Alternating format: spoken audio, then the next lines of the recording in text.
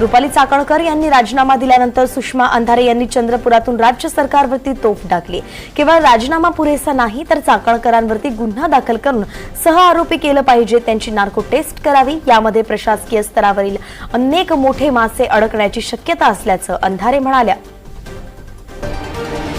प्रत्येक धर्मात अशोक खरात सारखे काही सडके आंबे निघतातच असा हल्लाबोल नितेश राणेंनी केलाय।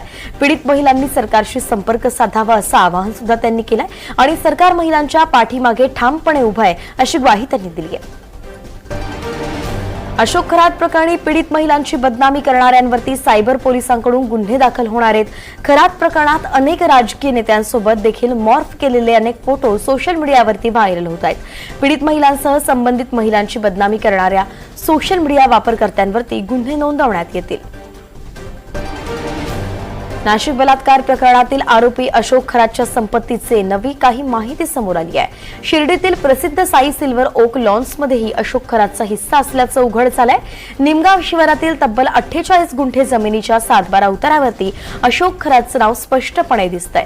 तसंच 2006 पासून तो या जमिनीचा पार्टनर असल्याची नोंद समोर आली आहे। सोलापुरात खरात आणि मुख्यमंत्र्यांच्या विरोधात काँग्रेसनं आंदोलन केलं। कॅप्टन अशोक खरात यांना फाशीची शिक्षा द्यावी तसंच राज्याच्या मुख्यमंत्र्यांनी तात्काळ राजीनामा द्यावा या प्रमुख मागण्यांसाठी काँग्रेस पक्षाच्या वतीनं सोलापुरात जोरदार आंदोलन झालं। या आंदोलनात महिला काँग्रेसच्या कार्यकर्त्यांचा मोठा सहभाग होता। पुण्यातील हडपसरमध्ये मध्यरात्री मगरपट्टा सिटीच्या मागील गेटजवळ मगरपट्टा ते कोरेगाव पार्कला जोडणाऱ्या मुख्य रस्त्यावरील कॅनलची भिंत अचानकपणे फुटली। या घटनेमुळे मोठ्या प्रमाणात पाणी वाया गेलं तर गेलंच, शिवाय रस्त्यावरही साचून राहिलं आणि त्यामुळे वाहतूक कोंडीही झाली होती। पुण्यातील स्पर्धा परीक्षा करणाऱ्या विद्यार्थ्यांचे हाल सुरू आहे। सदाशिव पेठेतील अनेक छोटी छोटी हॉटेल्स एलपीजी गॅस सिलेंडर पुरवठा खंडित झाल्यानं बंद झाली आहेत। फक्त इडली भेटतीये तर गॅस पुरवठा न झाल्यास इडली मिळणं देखील आता बंद होणार आहे। ठाण्यात 4 दिवसांत माकडावरती हल्ला झाल्याची दुसरी घटना घडलेली आहे। बोनेट माकडावरती बाणानं हल्ला करण्यात आलाय आणि माकडाच्या मानेत आणि जबड्यात आर पार हा बाण घुसलाय। हा शिकारीचा प्रयत्न असल्याचा संशय आहे। येऊर रेंज वन विभाग अधिकाऱ्यांच्या उपस्थितीत रेस्क्यू ऑपरेशन करण्यात आलं। म्हाडा घोटाळा 45 व्यावसायिकांच्या अटकपूर्व अर्जावरती आज निर्णय होणार आहे। म्हाडा भूखंड फसवणूक प्रकरणात भूमी अभिलेख विभागाच्या तक्रारीनुसार नाशिकच्या सरकारवाडा पोलिसात 195 जमीन मालक, विकासक, बांधकाम आणि व्यावसायिकांच्या विरोधात गुन्हा दाखल आहे। पुण्यातील पाषाण परिसरात सापडलेल्या जन्मतः डोळे नसलेल्या तस्कर सापाची आंतरराष्ट्रीय स्तरावरती नोंद झाली आहे। रेप्टाइल्स अँड अॅम्फिबियन्स या जर्नलमध्ये यावरील संशोधन प्रकाशित झालं। राहुल शिंदे आणि अनिल कानस्कर यांच्या संयुक्त अभ्यासातून ही दुर्मिळ बायलॅटरल अनऑफथॅल्मिया ही विकृती समोर आली। सापांमध्ये अशी विकृती अत्यंत दुर्मिळ असून त्याची पहिली आंतरराष्ट्रीय नोंद झाली आहे।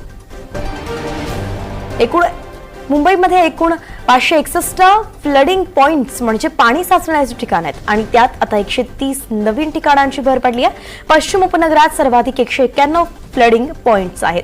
पावसाळ्यात इथे पाणी साचू नये म्हणून 547 उच्च क्षमतेचे पंप बसवले जाणार आहेत। पुण्यातील पाणी गळती रोखण्यासाठी महापालिका आता जागतिक बँकेच्या सल्लागारांची मदत घेणार आहे।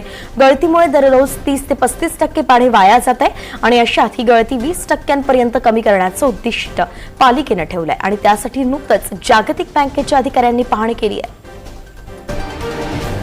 मुंबईत 31,000हून अधिक बेकायदा नळ कनेक्शन आढळले। 2017 ते 2025 दरम्यान 31,683 बेकायदा नळ कनेक्शन आढळलेत। पालिकेकडून आतापर्यंत पालिकेच्या जल विभागाकडून 30,302 कनेक्शन कट करण्यात आले तर कागदपत्र सादर केल्यानंतर 1,381 कनेक्शन अधिकृत करण्यात आली। हर्षवर्धन सदगीरनं दुसऱ्यांदा महाराष्ट्र केसरीचा मान नाशिकला मिळवून दिलाय। तर नाशिकच्या भगूरच्या बलकवडे या व्यायामशाळेत त्याने कुस्तीचे प्राथमिक धडे गिरवले होते। कालच्या त्याच्या या विजयानंतर भगूरच्या बलकवडे या व्यायामशाळेबाहेर कुस्तीप्रेमींकडून ढोल ताशे वाजवत फटाकेही फोडण्यात आले। जल्लोष साजरा करण्यात आला। पुण्यात एसटी महामंडळाचा बेजबाबदारपणा पाहायला मिळालाय। मशीनमधील QR कोडवरती पैसे ऑनलाईन सेंड करून देखील तिकीट मिळत नाहीये। कंडक्टर स्वतःच्या अकाउंटवरती पैसे घेतायत आणि त्यामुळे अनेक प्रवाशांना 2 वेळा तिकीट काढावं लागतं। मुंबईच्या कमाल तापमानात वाढ झाली आहे। मुंबईत तापमानाचा पारा 40 अंशांवरती पोहोचलाय। ही वाढ सरासरीच्या तुलनेत 5 डिग्रीने अधिक आहे। शनिवारपासून पुन्हा मुंबईच्या कमाल तापमानात तुलनेत वाढ नोंदवली गेली आहे। सोमवारी मुंबईसह कोकण प्रांतातील काही भागात उष्ण आणि दमट हवामानाची शक्यता हवामानशास्त्र विभागानं वर्तवली आहे। शिवाय पुढील 4 दिवसांमध्ये राज्यातील कमाल तापमानात 2 ते 4 अंश सेल्सिअसनं वाढ होणार असून यामुळे मुंबईकरांना उन्हाच्या झळा सोसाव्या लागणार आहेत। मुंबईतील प्रभादेवी इथल्या महत्त्वाच्या रोड ओव्हरब्रिजच्या पुनर्बांधणीच्या कामाला वेग आलेला आहे। पुलाच्या पश्चिम रेल्वे हद्दीतील पाडकामाचा टप्पा यशस्वीपणे पूर्ण झालाय।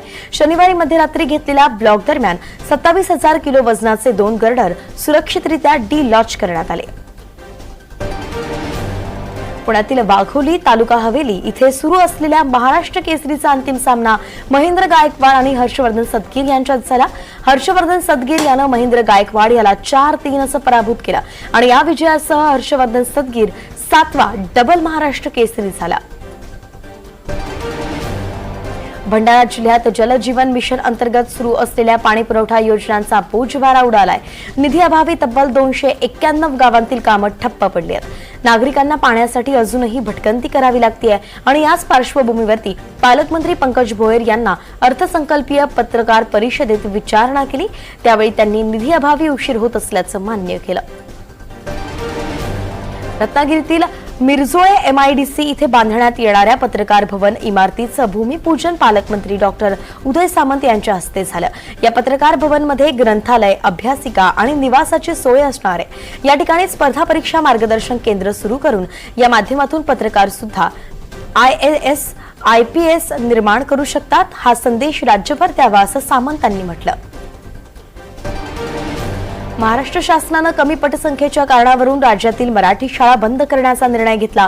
याने सुमारे 18,000पेक्षा अधिक शाळा बंद होण्याच्या मार्गावरती आहेत। याच्याच निषेधार्थ भंडाऱ्याचे पालकमंत्री पंकज भोयर यांना AISF तर्फे काळे झेंडे दाखवण्यात आले।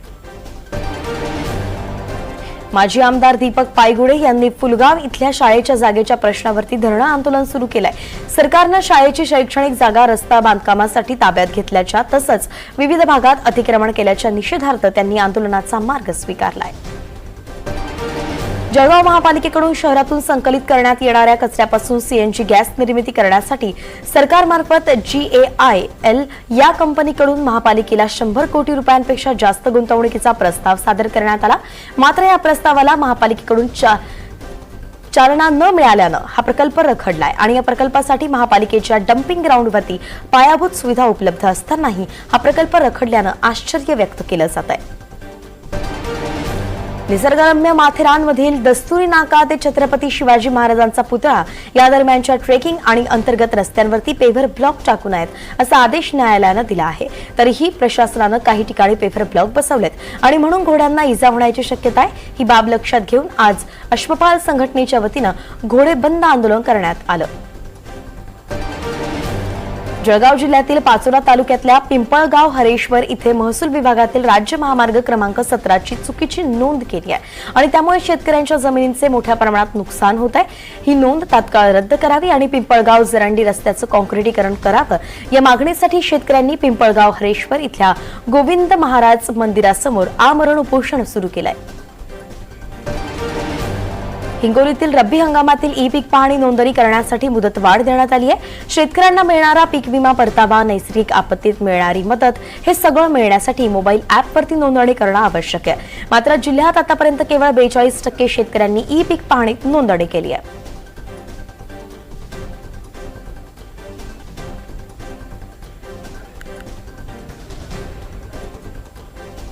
मराठवाड्यात गेल्या आठवड्यामध्ये झालेला अवकाळी पाऊस आणि गारपीट यामुळे सुमारे 13,000 हेक्टरवरील पिकांचं नुकसान झालं।